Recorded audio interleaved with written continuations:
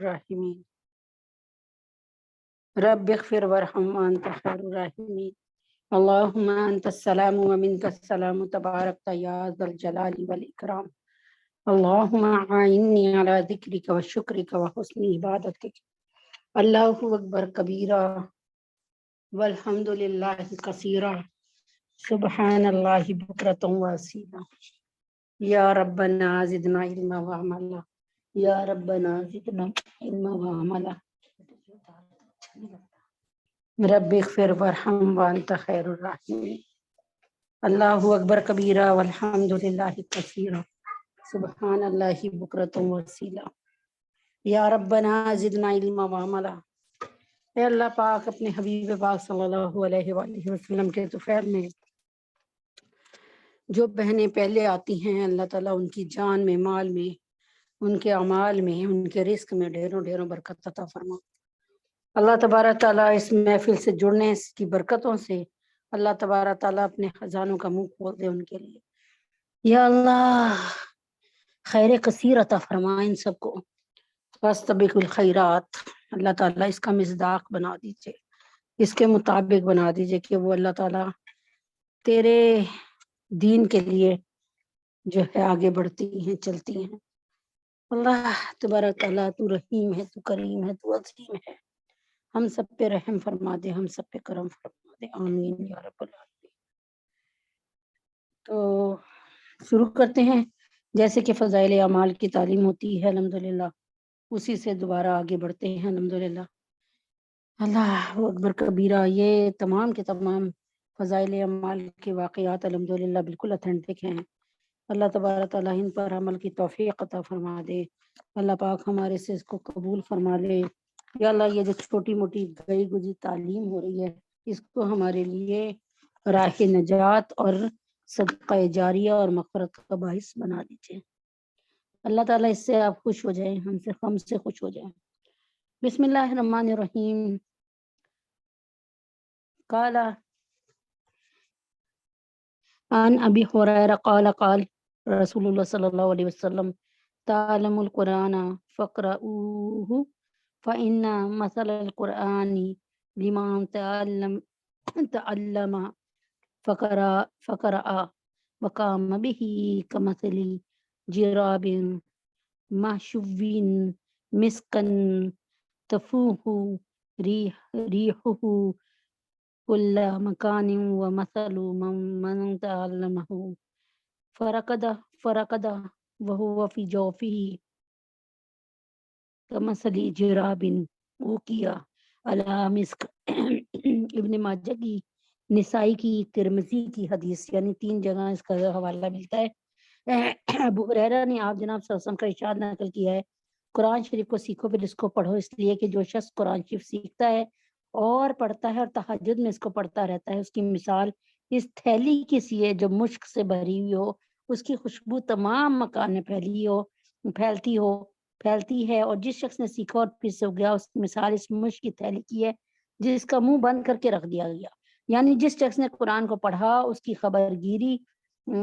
کی، راتوں کو نماز میں تلاوت کی، اس کی مثال اس مشک دان کی سی ہے جو کھلا ہوا ہو کہ اس کی خوشبو سے تمام مکان مہکتا ہے۔ اسی طرح اس حافظ کی تلاوت سے تمام مکان انوار و برکات سے معمور رہتا ہے، بھرا رہتا ہے، اور اگر وہ حافظ سو جائے یا غفلت کی وجہ سے نہ پڑھ سکے، نہ دہرائی کر سکے، تب بھی اس کے قلب میں جو کلام پاک ہے وہ تو بہرحال مشک ہی ہے، یعنی اس کے سینے میں مشک ہے۔ اس غفلت سے اتنا نقصان ہوا کہ دوسرے لوگ اس کی برکات سے محروم رہے، لیکن اس کا قلب تو بہرحال اس مشک کو اپنے اندر لیے ہوئے ہے۔ حضرت عن ابن عباس رضی اللہ تعالیٰ عنہ قال قال رسول اللہ صلی اللہ علیہ وسلم ان الذی لیس فی جوفہ شیء من القرآن کالبیت الخرب۔ عبداللہ بن عباس نے نبی اکرم صلی اللہ علیہ وسلم کا ارشاد نقل کیا کہ جس شخص کے قلب میں، جس شخص کے دل میں قرآن شریف کا کوئی حصہ بھی محفوظ نہیں، وہ منزلہ ویران گھر کے ہے، جیسے ویران گھر۔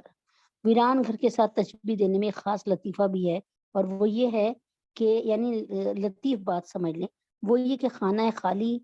جو ہے نا، یہاں پر اس میں لکھا ہوا ہے فارسی میں خانہ خالی رادیوں میں گیروں. اس طرح جو قلب کلام پاک سے خالی ہوتا ہے شیطان کا اس پر قبضہ ہو جاتا ہے، تسلط ہو جاتا ہے. اس حدیث میں اس کی کس قدر تاکید فرمائی ہے کہ اس دل کو ویران گھر ارشاد فرمایا جس میں کلام پاک محفوظ نہیں. ابو ہریرہ رضی اللہ تعالیٰ عنہ فرماتے ہیں ابو ہریرہ رضی اللہ تعالیٰ عنہ فرماتے ہیں کہ جس گھر میں کلام مجید پڑھا جاتا ہے اس کے اہل و عیال کثیر ہو جاتے ہیں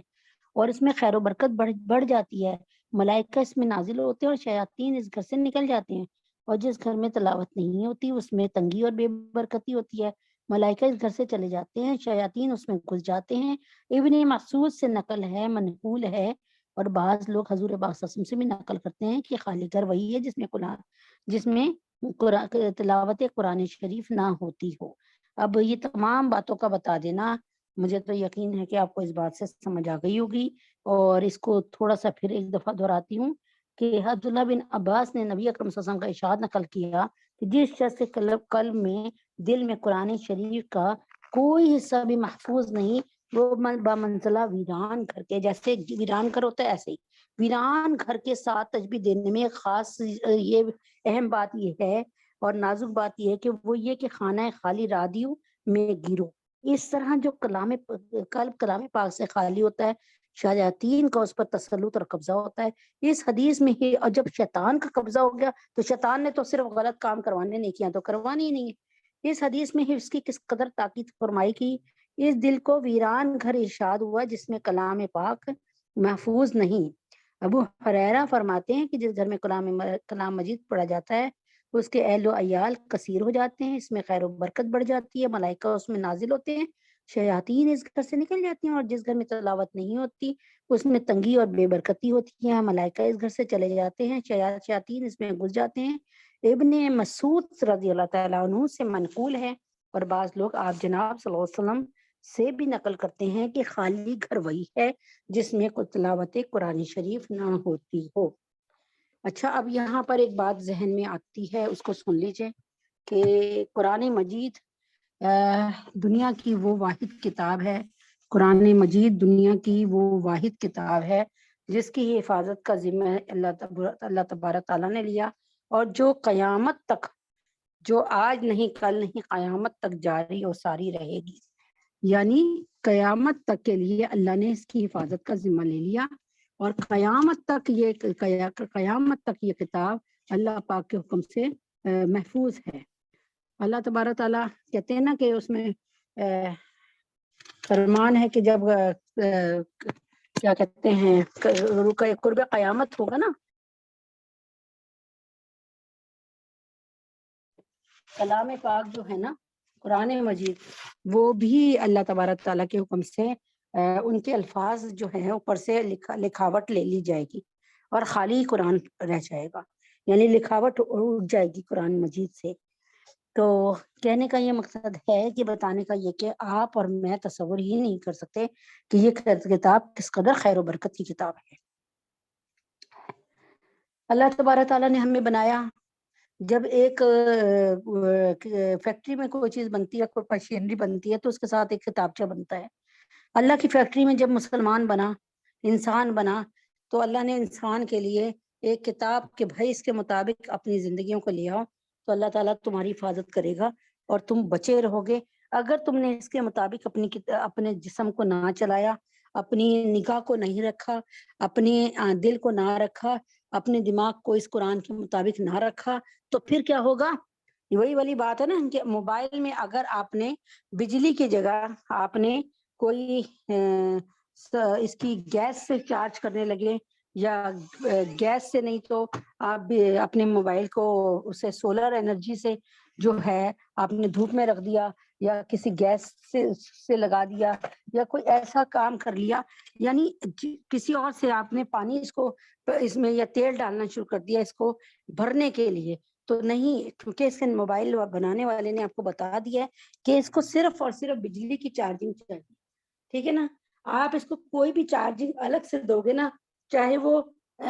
پیٹرول کیوں نہ ہو، چاہے وہ تیل کیوں نہ ہو، چاہے وہ پانی کیوں نہ ہو، چاہے وہ گیس کیوں نہ ہو، چاہے وہ سورج سے نکلتی ہوئی دھوپ ہی کیوں نہ ہو، وہ چیز اس موبائل کے لیے خطرناک ہے، موبائل خراب کر دیں گی یہ چیزیں۔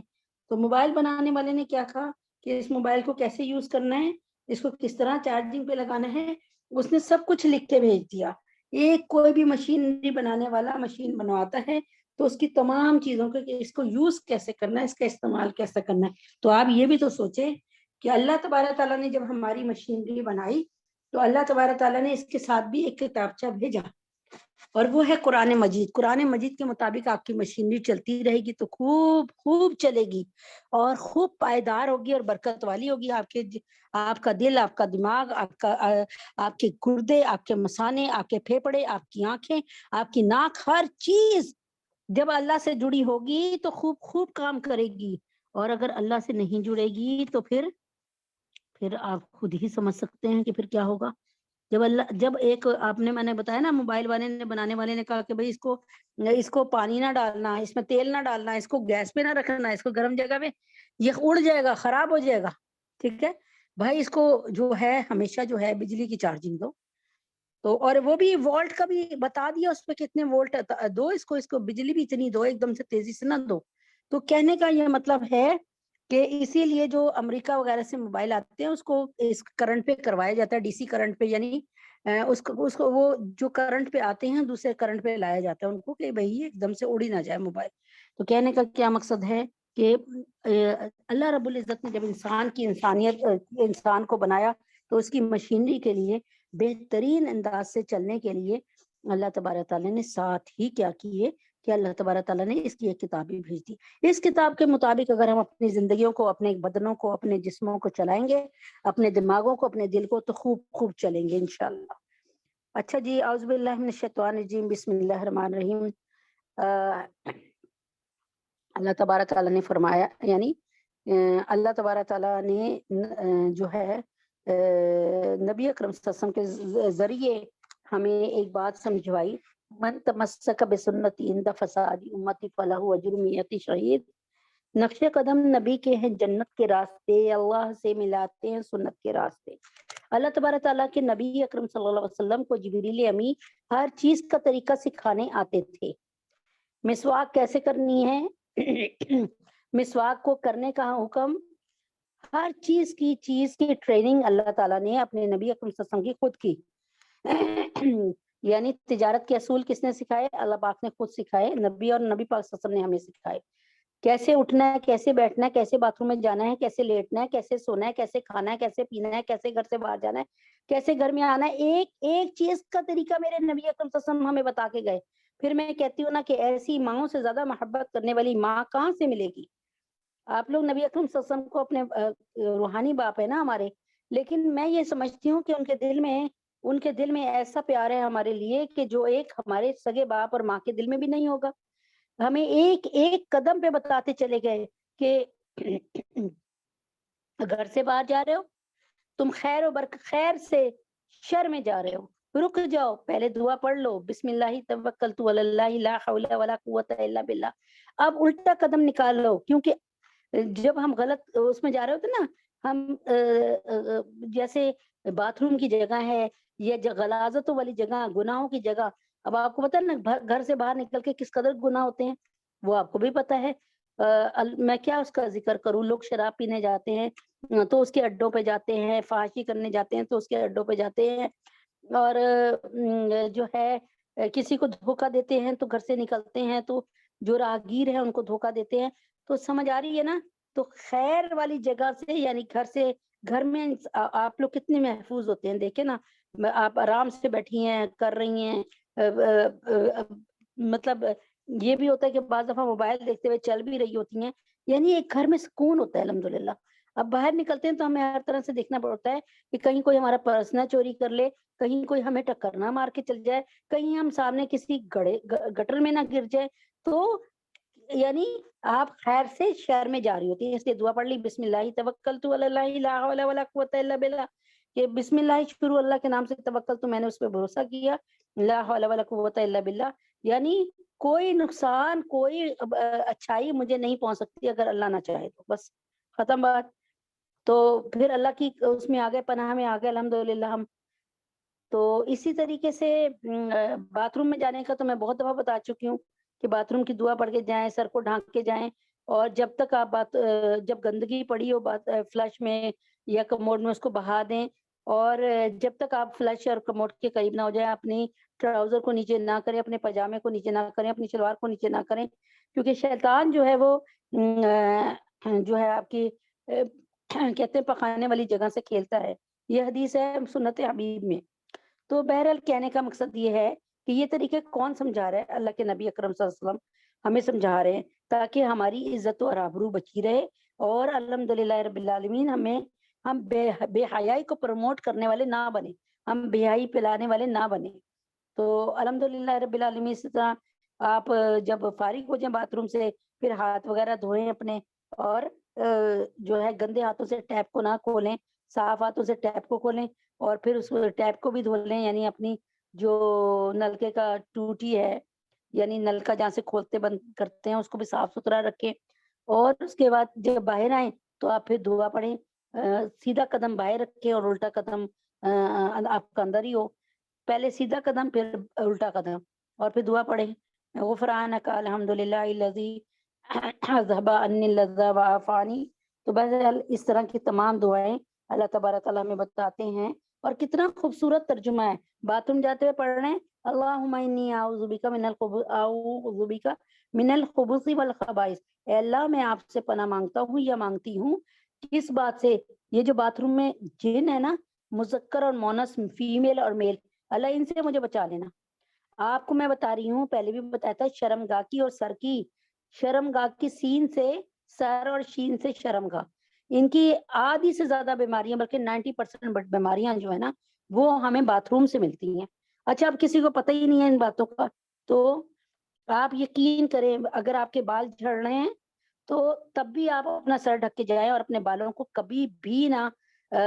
ویسٹ بن میں یعنی ڈسٹ بن میں نہ پھینکیں. آپ اپنے بالوں کو کہیں دبا دیں، ورنہ جلا دیں، یا مطلب جلا دیں. میں تو ہمیشہ اپنے بال جمع کر لیتی ہوں ایک تھیلی میں یا ایک جگہ پہ، اور اس کے بعد میں جلا لیتی ہوں 1-2 مہینے بعد جب زیادہ ہو جاتے ہیں.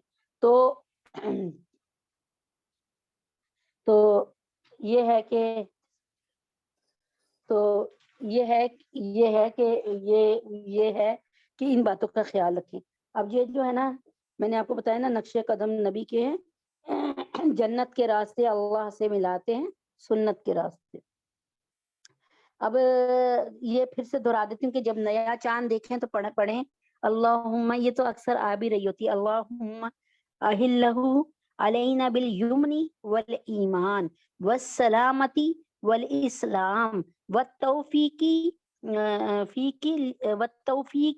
لما تحب وترضا ربی وربک اللہ. اے اللہ، اسے تو ہمارے اوپر برکت اور ایمان اور سلامتی، اے اللہ اسے تو ہمارے اوپر برکت اور ایمان اور سلامتی اور سلامت اور سلامتی اور اسلام کے ساتھ، اور ان اعمال کے ساتھ جن سے تو راضی ہے طلوع فرما. یعنی چاند جو طلوع ہو رہے تو اللہ تیری برکتیں لے کے، ایمان تیری طرف سے لے کے، سلامتی لے کے، اسلام لے کر، اور جو عمل تجھے پسند ہے نا وہ لے کر ہم پر طلوع ہو. اے چاند، میرا اور تیرا رب اللہ ہی ہے. یعنی یہاں پر اللہ تعالیٰ نے سابی لوگوں کی، سابی اور مجوسی لوگوں کی وہ کر دی، کیا کہتے ہیں، نفی کر دی. کسی مسلمان کو ہنستا ہوا دیکھیں، ازحق اللہ سنکا، ازحق اللہ سنکا.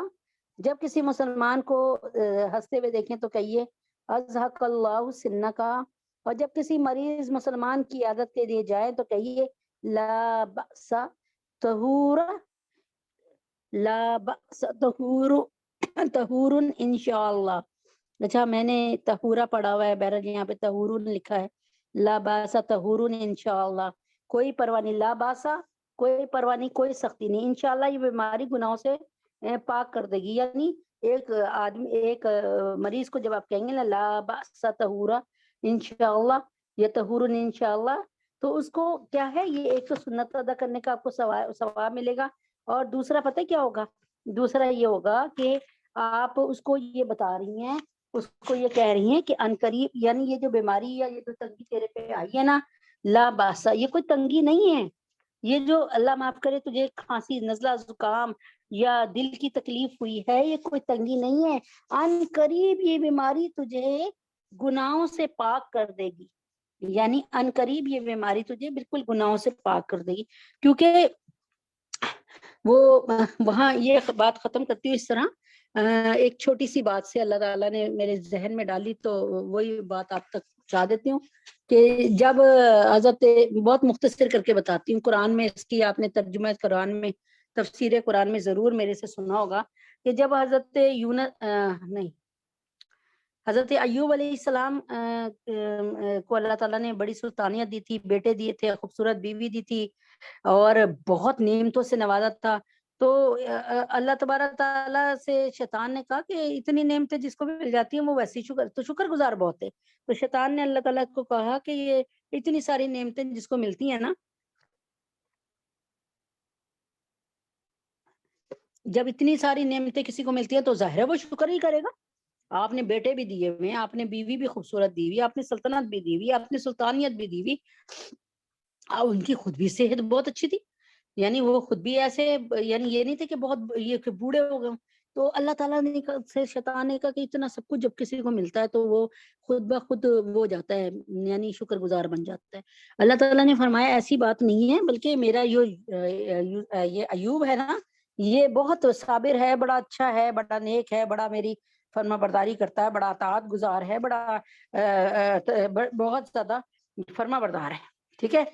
تو شیطان نے جب یہ کہا تو اللہ تبارک تعالیٰ نے اس کو دکھانے کو، دیکھیں اب شیطان کی وجہ سے ایک شیطان کو، اللہ اکبر، شیطان کو تو نہیں، بس یہ سمجھ لیں اللہ تعالیٰ نے ہماری اصلاح کرنے کے لیے شیطان کے اس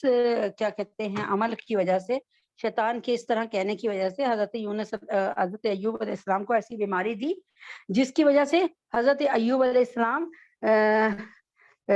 بہت یعنی شدید بیماری دی جس کی وجہ سے سلطانیت چھن گئی. وہ ایک لمبے قصے ہیں نا، سلطانیت چھن گئی، بیٹے مر گئے، در بدر ہو گئے، ملک جو ان کا ملک تھا وہ ان سے چھن گیا، یعنی وہاں مطلب ایسی بیماری تھی کہ وہ لوگوں نے وہاں پہ ان کو رہنے نہیں دیا. ٹھیک ہے نا. تو مختلف اس کی تفاسیر ہوتی ہیں. بہرحال جو مختصر یہ ہے کہ جب حضرت 18 سال بعد تقریباً نا شیطان نے وار کیا ایک، اور ایسا وار کیا کہ ان کی بیوی سے کہا کہ میں تمہارا میاں صحیح ہو جائے گا اگر تم مجھے سجدہ کر دو. تو بیوی نے کہا کہ اچھا میں سوچوں گی. ٹھیک ہے نا. یعنی اتنی بڑی بات جو تھی، کہیں لکھا کہ سجدہ کر دو، کہیں جو ہے وہ ایک اور بات بھی تھی بہرحال اس کے لیے کہ بیوی انہوں نے اس سے کی تھی حضرت ایوب کی بیوی سے. بہرحال انہوں نے صرف اتنا سے کہا اچھا ٹھیک ہے میں مطلب جواب دوں گی تمہیں اس طرح نا. حضرت ایوب علیہ السلام نے سنا تو ان کو اس حالت میں بھی ان کا جذبہ ایمانی بجائے کہ وہ کہتے کہ اچھا کوئی ایسا مل گیا جو مجھے ٹھیک کر سکتا ہے، ان کو ایک آس بنتی. لیکن انہوں نے کیا کہا، ایک یہاں پہ 2-3 تصویریں ملتی ہیں، بس میں نے ایک مختصر سے آپ کو تفسیر بتا کے آگے چلتی ہوں. تو انہوں نے کہا کہ اگر میں جب ٹھیک ہو جاؤں گا نا تو تم نے کیوں ایمان کا مظاہرہ، جذبہ ایمان کا مظاہرہ کیوں نہیں کیا؟ تم کہہ دیتی کہ میں تجھ پر لعنت بھیجتی ہوں، تو شیطان ہے، اور میں تو کبھی بھی مطلب اس طرف نہیں سوچوں گی. تو یا ایک جگہ یہ بھی تصویر ملتی ہے کہ تو مجھے کہے تو میں اس کو شفا دے دوں. تو انہوں نے کہا یعنی ظاہر ہے ہم تو اللہ سے کہتے ہیں نا ہر کام کے لیے. تو بہرحال اس طرح کی مختلف روایات اور تفسیر ملتی ہیں. تو اس پر نا کیا کہتے ہیں اللہ تبارک تعالیٰ نے جب قصہ مختصر 18 سال بعد یہ پورا میں نے واقعہ بتایا ہے آپ لوگوں کو، جب حضرت ایوب علیہ السلام صحیح ہو گئے تو کسی نے مطلب پوچھا کہ ایوب کیسی گزر رہی ہے؟ تو فرمایا صحت کی زندگی کس کو نہیں اچھی لگتی، صحت کس کو نہیں اچھی لگتی. یعنی اب آپ ایک بتائیں، سر میں آپ کے درد ہو رہا ہے اور پھر ٹھیک ہو جائے تو کتنا سکون ملتا ہے، پیٹ میں درد ہو رہا ہے یا کوئی ایسے دل کی تکلیف خدا نہ خواستہ ہو تو ٹھیک ہو جائے. تو فرمایا صحت کسے نہیں اچھی لگتی، لیکن حالت بیماری میں اللہ تعالیٰ روز صبح کے کہتے تھے ایوب کیسی گزر رہی ہے کس سال میں ہو، میرے ایوب کیسی گزر رہی ہے کس سال میں ہو. تو کہتے ہیں میں شام تک اسی لمس میں اور مزے میں رہتا تھا اللہ کے بولوں کے، کہ اللہ نے فرمایا میرے ایوب کیسی گزر رہی ہے کس طرح کے ہو یعنی اللہ تعالیٰ کی اس آواز سے ان کو اتنا مزہ آتا تھا، اور اس کا لمس پوری رات تک شام تک رہتا تھا، اور پھر شام کو پھر اللہ تعالیٰ فرماتے تھے ایوب کس حال میں ہو، کیسی گزر رہی ہے، مزے میں ہو؟ اب یہ کہتے ہیں کہ یہ چیز چھن گئی، یعنی جب میں بیمار تھا تو بیماری ایسی چیز ہے جس میں اللہ تعالیٰ کے کہتے ہیں فرشتے، اللہ تعالیٰ کے فرشتے سرہانے کھڑے ہو جاتے ہیں بیمار کے، اور جب بیمار کسی کے لیے دعا کر رہا ہوتا ہے یا دعا کر رہا ہوتا ہے اس پہ لبیک کہہ رہے ہوتے ہیں، اس لیے کہتے ہیں اللہ کے نبی نے فرمایا کہ جب بیمار کے پاس جاؤ تو اس سے اچھی باتیں کرو، اس سے اپنے لیے دعا کراؤ، ٹھیک ہے نا، کیونکہ ظاہر ہے اس کے سرہانے جو ہیں فرشتے ہوتے ہیں، تو اللہ تعالیٰ وہ بھی آمین کہتے ہیں۔ تو یہ کہنے کا مقصد ہے کہ ہمارا ایسا مذہب ہے جس میں کوئی چیز بھی فائدے سے خالی نہیں ہے، یقین کریں،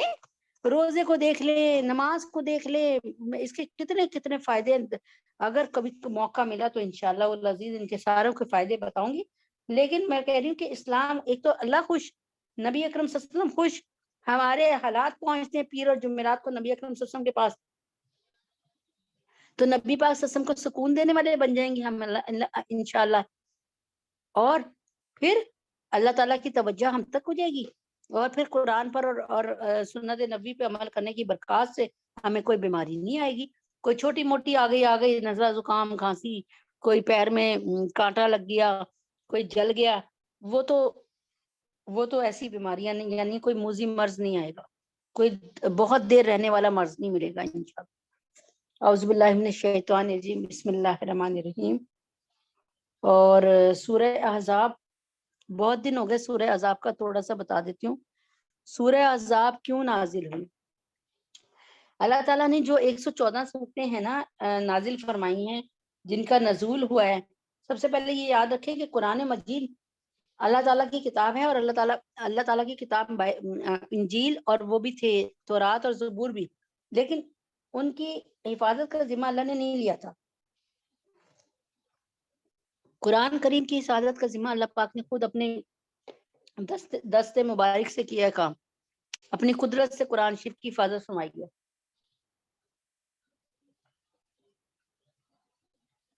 تو قرآن شریف کی حفاظت کا ذمہ کس نے لیا؟ اللہ پاک نے خود لیا ہے، تو اللہ پاک اس کی خوب حفاظت کر رہے ہیں، چھوٹے چھوٹے سینوں میں، چھوٹے چھوٹے بچوں کے سینوں میں، لڑکیوں کے لڑکوں کے سینوں میں کس طرح ماشاءاللہ سے قرآن شریف ہے، الحمدللہ۔ تو میں بتا رہی تھی کہ سورہ احزاب کے متعلق کہ جب نبی اکرم صلی اللہ علیہ وسلم مدینہ میں تھے تو 13 سال آپ نے بڑی، مکہ میں تھے تو 13 سال بڑے آپ پر جو ہے وہ ظلم کیے انہوں نے، کفار مکہ نے، اسلام کی وجہ سے، کہ یہ کون ہوتا ہے کہ یہ نبی پاک صلی اللہ علیہ وسلم کے لیے کہتے تھے یہ کون ہوتا ہے جو ہمارے آبا و اجداد کے ہمارے پرانے دین سے ہمیں ہٹانے لگے، ٹھیک ہے، بت پرستی سے ہٹا رہے ہیں۔ چنانچہ صرف ایک یہی وجہ تھی جس سے نبی اکرم صلی اللہ علیہ وسلم سے دشمنی کرتے تھے، باقی کوئی اور وجہ نہیں تھی، ورنہ نبی پاک صلی اللہ علیہ وسلم سب کے سے چہیتے تھے، جب تک 40 سال سے پہلے آپ کو صادق اور امین بھی کہا جاتا تھا، یہ بات بعد میں بھی کہی جاتی تھی، لیکن وہ نبی پاک صلی اللہ علیہ وسلم کے دشمن ہو گئے تھے، اور دشمنی میں کوئی چیز اچھی، دشمن کی کوئی اچھی چیز نظر نہیں آتی۔ اب نبی پاک صلی اللہ علیہ وسلم جب 13 سال بعد اللہ تعالیٰ نے فرمایا کہ آپ ہجرت کر جائیں سن 53 میں، یعنی آپ کی جب 53 سال کی عمر ہوئی 53 کی، تو اللہ تعالیٰ نے کہا آپ ہجرت کر جائیں، تو جب آپ نے ہجرت کی نا تو الحمدللہ رب العالمین، جب آپ نے ہجرت کی تو اللہ تعالیٰ کے حکم سے نا حضرت محمد صلی اللہ علیہ وسلم جب ہجرت فرما کر آئے تو یہاں پہ انصار مدینہ نے آپ کو ہاتھوں ہاتھ لیا، لیکن یہاں پہ انصار مدینہ کے علاوہ یہودی بھی تھے جو پہلے انصار مدینہ کے ساتھ بڑی اچھی ان کی گٹھ جوڑ تھی، اور انصار مدینہ ان کو بڑا کچھ مانتے تھے، عالم مانتے تھے، ان سے مسائل پوچھتے تھے، اور جو انصار مدینہ بہت امیر ہوتے تھے وہ ان کو ان کے حق میں فیصلے پہ نا بڑا وہ بھی دیتے تھے، انعام و اکرامات دیتے تھے۔ تو اس طریقے سے نا ان کی بڑی اچھی چل رہی تھی انصار مدینہ کے ساتھ یہودیوں کی نا۔ نبی پاک صلی اللہ علیہ وسلم آئے تو انہوں نے پھر کیا کیا، کہتے نا نبی پاک صلی اللہ علیہ وسلم آئے تو سر آفرینی چھپا گئی دنیا، اندھیروں سے نکل کر روشنی میں آ گئی دنیا۔ تو پھر اللہ تعالیٰ نے انہوں نے کیا کیا کہ حضرت محمد صلی اللہ علیہ وسلم سے آہستہ آہستہ ان کی دشمنی ہو گئی، کیونکہ نبی پاک صلی اللہ علیہ وسلم حق بات کرتے تھے اور حقدار کو حق دلواتے تھے۔ تو انہوں نے نبی پاک صلی اللہ علیہ وسلم نے شروع میں نا آتے ساتھ ہی ایک معاہدہ کیا تھا جسے میثاق مدینہ کہتے ہیں، کہ نہ آپ کسی سے اگر آپ پر کوئی حملہ ور ہوگا تو ہم آپ کی مدد کریں گے، یعنی مسلمان مدد کریں گے اور نبی پاک صلی اللہ علیہ وسلم مدد کریں گے، اور اگر نبی پاک صلی اللہ علیہ وسلم پہ اور مسلمان پہ کوئی حملہ ور ہوا تو یہ یہود مدینہ اللہ کے نبی کی مدد کریں گے اور مسلمانوں کی۔ لیکن جلد ہی انہوں نے اس معاہدے کی بہت زیادہ خلاف ورزی کی۔ آپ نے دیکھ لیا ہوگا، میں نے پہلے بتایا تھا کہ بنو قینقاع کے قبیلے میں جب نبی پاک صلی اللہ علیہ وسلم بدر میں گئے تھے، بدر کی لڑائی لڑنے کے لیے غزوہ بدر میں، تو ایک بنو قینقاع میں جو یہودیوں کا قبیلہ ہے، ایک مسلمان عورت دودھ بیچنے گئی تھی تو اس کو انہوں نے برہنہ کیا تھا، اور پھر ایک مسلمان مرد نے مدد کی تھی اور پھر ان کو قتل کر دیا تھا، جس کے نتیجے میں بنو قینقاع کے قبیلوں والوں نے اس مسلمان کو مار دیا اور بڑی پھر بلوا کیا، یعنی مسلمان عورتوں اور مردوں اور ان کے ساتھ غلط کام، مطلب لوٹ مار مچائی اور تکلیف پہنچائی۔ حضور پاک صلی اللہ علیہ وسلم مدینہ جب آئے مکہ سے جنگ بدر سے، غزوہ بدر سے، آپ نے بنو قینقاع کے حالات کی سن کر ان کو بلوایا۔ انہوں نے نبی پاک صلی اللہ علیہ وسلم کا وہ لکھا ہوا نا، ان کے ہاتھ سے لکھا ہوا ایگریمنٹ میثاق مدینہ ان کو واپس کر دیا اور کہا کہ ہم آپ کی کوئی بھی نہیں، اب ہمارا آپ کے ساتھ کوئی معاہدہ نہیں، ختم۔ اس طرح بنو نذیر نے، بنو قینقاع نے، بنو نذیر نے، بنو قریظہ نے اور بنو حارث نے، ان سب نے نبی پاک صلی اللہ علیہ وسلم کو بہت تنگ کیا مختلف موقع پر۔ اور پھر جب جنگ بدر میں یہ لوگ ہارے، کفار مکہ، اور غزوہ احد اور غزوہ بدر میں جب ہارے کفار مکہ، انہوں نے ارد گرد کے سارے قبیلوں کو اپنے ساتھ ملایا اور مسلمانوں کے خلاف بھڑکایا۔ ادھر سے یہودیوں نے بھی کہا آؤ اور مسلمانوں پہ حملہ کرو، ہم تمہارے ساتھ ہیں۔ تو سب سے زیادہ نقصان دہ وہ ہوتا ہے بندہ جو گھر کا بھیدی، کہتے ہیں نا لنکا ڈائے، جو گھر میں وہ غداری کرے نا، وہ گھر والوں کو سب سے زیادہ اور گھر کو نقصان پہنچاتا ہے۔ چنانچہ نبی پاک صلی اللہ علیہ وسلم سمجھ رہے تھے کہ یہ ابھی بنو قریظہ ہمارے ساتھ ہیں، آپ نے اپنے مطلب تمام مسلمانوں کی بیویوں، بچوں اور بوڑھوں کو جو ہے وہ بنو قریظہ کے پاس ہی کوئی خیموں میں یا کہیں ان کو گھروں میں لا کر بسا دیا اور خود مدینہ طیبہ سے باہر آ کر لڑائی شروع کر دی۔ ایک تو یہ بات ہوئی، دوسرا یہ تھا کہ یعنی پھر اللہ تبارک تعالیٰ نے 25 دن لگاتار مسلمان بہت بری حالات میں رہے، یعنی نہ کھانے کو، نہ پینے کو، سخت سردی، اور پھر نہ اتنی زیادہ ان کے پاس وہ سامان جنگ ہے، یعنی بہت مسلمانوں کی بری حالت تھی۔ 25 دن اس طرح رہے اور مسلمانوں میں وہ مسلمان رہ گئے جو واقعی نبی پاک صلی اللہ علیہ وسلم کے ساتھ مخلص تھے، باقی بہانے بنا بنا کے منافقین مدینہ چلے گئے، یہودی پہلے ہی نہیں مدد کر رہے تھے، اب نبی پاک صلی اللہ علیہ وسلم اور ان کے چاہنے والے جانثار بس موجود تھے۔ اللہ پاک نے 25 دنوں کے بعد ایسی آندھی چلائی جو بہت تیز اور تندو آندھی تھی، جس کی وجہ سے ان کے خیمے اڑ گئے، ان کے دشمنوں کے جو ہے مویشی، مال مویشی ڈنگر، ان کو ہی رونتے ہوئے اپنے رسیاں توڑوا کے بھاگ گئے، اور پھر وہ لوگ بھی بھاگ گئے۔ صبح دیکھا تو بالکل میدان صاف تھا۔ 25 دنوں بعد اللہ کی ایسی مدد آ گئی، ٹھیک ہے نا۔ یہ ہوا۔ پھر اس میں یہ تھا کہ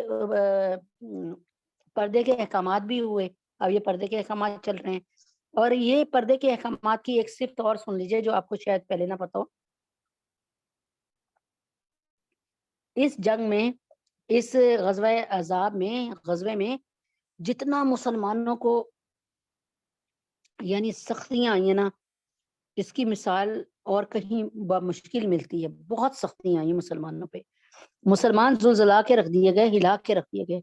جیسے کہتے ہیں نا زلزلہ آ جاتا ہے نا، سب کچھ ختم ہو جاتا ہے، وہ حساب۔ لیکن اللہ تبارک تعالیٰ نے پھر مسلمانوں، اچھا، اور پھر ان حالات میں کہ جب ہر طرف سے مدینہ طیبہ کے اندر سے یہودی نبی کے خلاف ہو گئے، نبی پاک صلی اللہ علیہ وسلم کے لشکر کے منافقین نبی پاک صلی اللہ علیہ وسلم کے خلاف اگر کہا کہ تمہارے اللہ نے اور اللہ کے نبی نے دھوکہ دیا، نعوذ باللہ، اور سامنے قریش مکہ اور بہت سے قبائل کھڑے میں لڑنے کے لیے، ہر طرف سے نبی پاک صلی اللہ علیہ وسلم کے دشمن ان کو گھیرا ہوا ہے. تو لیکن استقامت کے ساتھ مسلمان اور نبی پاک صلی اللہ علیہ وسلم کھڑے رہے اور اللہ پاک نے ان کو فتح عظیم سے نوازا. جب ایک عورت پردہ کرتی ہے تو پردے کا احکام بھی اسی سورہ احزاب میں اللہ نے کیوں رکھوایا؟ جب ایک پردہ کرتی ہے نا عورت تو اس کے اپنے بھی دشمن ہو جاتے ہیں. میرے خاندان میں ایک بچی نے پردہ کیا، اس کے باپ نے اس کو مارا پردہ کرنے پہ. تو اور یہ کہا کہ گندی عورتیں ہوتی ہیں نا پردہ کرتی ہیں، اللہ معاف کرے. یعنی جو پیشہ ور عورتیں ہوتی ہیں وہ پردہ کرتی ہیں، نعوذ باللہ. تو اس نے مجھے کہا، میں نے کہا یہ تو بہت غلط عمل ہے اور ایسے نہیں ہونا چاہیے تھا. خیر میرے بھائی نے سمجھایا کہ جو کام تم خود نہیں کر رہے تو دوسرے کو کیوں نہیں کرنے دے رہے. اس طرح اللہ کا شکر ہے الحمدللہ آج بھی پردے پہ استقامت ہے ان کی. تو اس میں پردے کا احکام بھی آئے. تو اس وجہ سے کہ پردہ بھی جب انسان کرتے ہیں تو چار چپیرے اس کے اپنے بھی پرائے ہو جاتے ہیں اور اس کی اپنی سہیلیاں، اس کے اپنے دوست بھی زندگی حرام کر دیتے کہ تمہیں کیا ضرورت ہے کہ تم بڈھی ہو گئی ہو، کیا تم مرنے والی ہو، پردہ کر لیا. اس طرح کی باتیں، یہی باتیں اللہ تعالیٰ کا شکر ہے اللہ نے مجھے بھی برداشت دی اور اللہ تعالیٰ کا شکر ہے کہ اللہ نے استقامت دی اور آج بھی اللہ نے جمائے رکھا الحمدللہ. اعوذ باللہ من الشیطان الرجیم، بسم اللہ الرحمن الرحیم. تھوڑی سی شان نزول تھی جو بتایا آپ کو، بتا دی آپ کو. آگے چلتے ہیں. اعوذ باللہ من الشیطان الرجیم، بسم اللہ الرحمن الرحیم. آیت نمبر یہ سورہ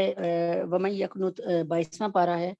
اور اس کی آیت ہے ومن، اعوذ باللہ من الشیطان الرجیم، بسم اللہ الرحمن الرحیم. ومن یقنت منکن للہ ورسولہ وتعمل صالحا نؤتها اجرها مرتين واعتدنا لها رزقا کریما. یا نساء النبی لستن کأحد من النساء ان اتقیتن فلا تخضعن بالقول فیطمع الذی فی قلبه مرض وقلن قولا معروفا وقرن فی بیوتکن ولا تبرجن تبرج الجاہلیت الاولی وأقمنا الصلاة وآتينا